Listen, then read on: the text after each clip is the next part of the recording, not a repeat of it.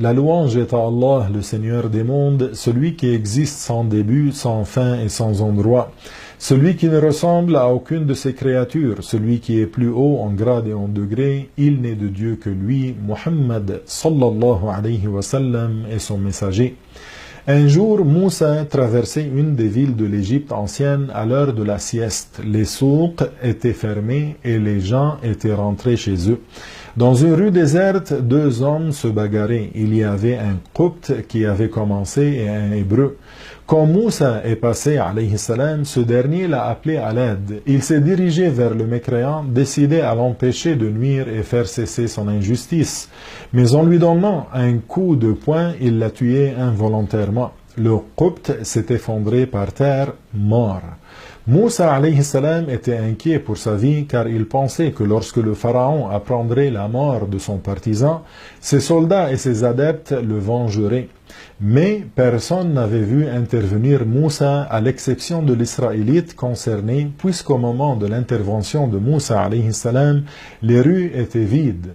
Effectivement, les partisans de Pharaon, furieux de la perte de l'un de leurs, se rendirent au palais et lui demandèrent de les venger de l'Israélite. Pharaon leur ordonna « Amenez-moi le meurtrier et ceux qui témoignent contre lui, et je vous ferai justice. » Ils partirent donc à sa recherche. Pendant ce temps-là, un autre incident s'était produit, toujours avec le même Israélite et un autre Qibti. Alors que Moussa alayhi salam passait par là, il vit un fils d'Israël et un Qibti se battre.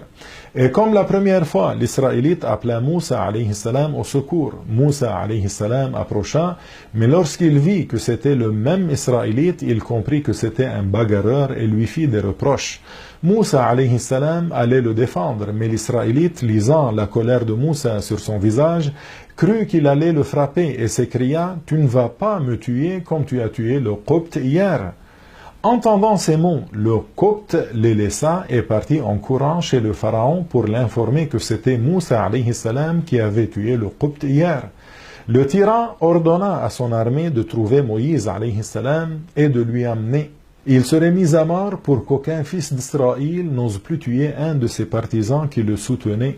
Les soldats partirent à sa recherche, mais un homme musulman croyant proche de Pharaon qui cachait sa foi entendit cette nouvelle et sortit prévenir Moussa alayhi salam pour lequel il avait beaucoup de compassion. Il ne voulait pas qu'il se fasse tuer. Il dévança alors les soldats en empruntant un chemin plus rapide et rejoignit Moussa alayhi salam avant eux.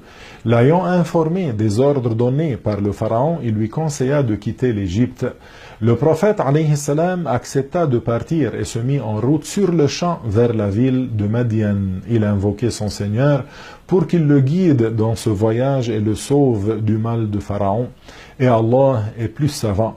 Suivez notre prochain épisode, Inch'Allah Ta'ala, dans lequel on parlera de la rencontre de Moïse avec le prophète Shu'aib. Suivez-nous donc et à bientôt.